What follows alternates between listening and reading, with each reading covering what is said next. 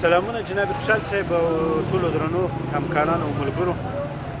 په پکتیکا کې د نور هیواد په څیر د مرستو راټولولو بهیر خورا په چټکۍ سره روان ده. نن یې دومه ورځ ده. مسؤلینو، د رسنیو فعالانو، ژورنالیستانو، ملګرو، ولسونو ټولو په پراخه پیمانه خپل وس او توان کړی ده.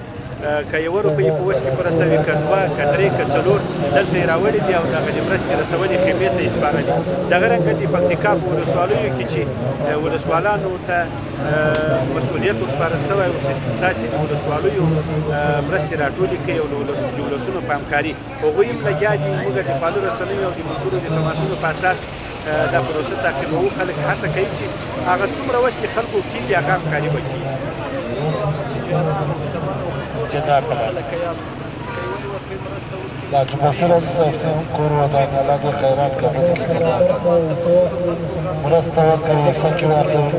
خوشحال صاحب موږ تاسې د مرستې راټولونې یا مثلا د بېوزلو د لاسنیوي تجربه لرو. عملا لګیا یو او تقریبا تېر 3 کاله 2.5 کاله موږ تاسې هڅه وکړه چې د یو چا خیر تر بېوزلانو ورسوو.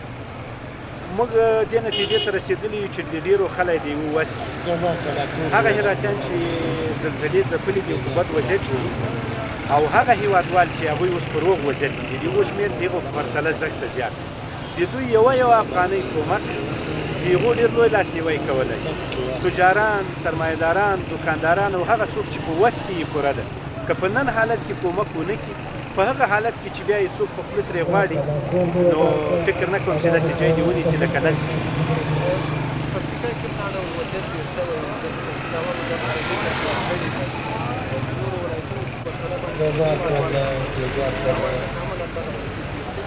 څه وخت دی وروڼو د هرات د زلزلو تاسې د ګیان او برمل کې سلسلې زیان ولیدو چې پکتیکاوالي عملا شاهدان وو او زیانمن شوي د پکتیکا د دوو ولسوالیو درانه او پتمن عزیزان.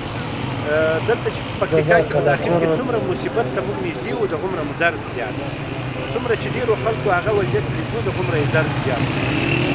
د هرات او د بادغیس او په ځانګړي ډول د زندجان ولسوالۍ د خلکو وضعیت چې په رسنیو کې څاري هغه هېوادوال یا وګړي چې د کورنیو غړي عملا په دې زلزله کې لاس ورکړي 14 یو بابا زړل وای د ما 10 تنه د کور مړه شوي په زلزله کې او ټول مې ښخ زاړي خبره هم نشي کولی. نو دا ډېر دروند ویر ده. موږ یې تجربه کړې ده. موږ دلته عملا د دې تاوان شاهدان وو. هغه خلک په رښتیا بد وضعیت کې دي. پکتیکاوال ډېر پرې خفه دي او هغه څوک چې هغه حالت یې لیدلی ده یا د مخامخ یا د رسنیو له لارې دوی ډېر خفه دي او په غم کې ورسره شریک دي. تاسې پرونه راسې په همدغه خیمه کې یاست چې مرسته هرات له غمځپلو خلکو سره مرسته همکاري وکړئ.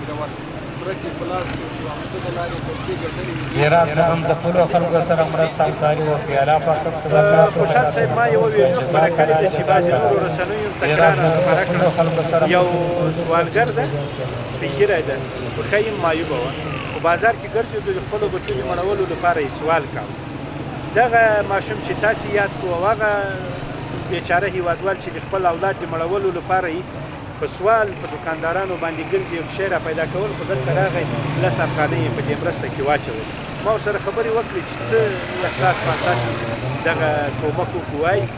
هرات له غمځپلو خلکو سره مرسته همکاري وکړو. ما وکړئ. وضعیت ما ته تر دوی ښه ښکاره شو ځکه مې دلته دغه کومک وکړو. هرات له غمځپلو خلکو سره مرسته همکاري وکړئ. الله زه هره ورځ یو 2 روپۍ 3 روپۍ سوال را پیدا کوم، پنډه مور مړوم او وړه مې یا مړه یا وږې یا په نیمه ګېډه پاته.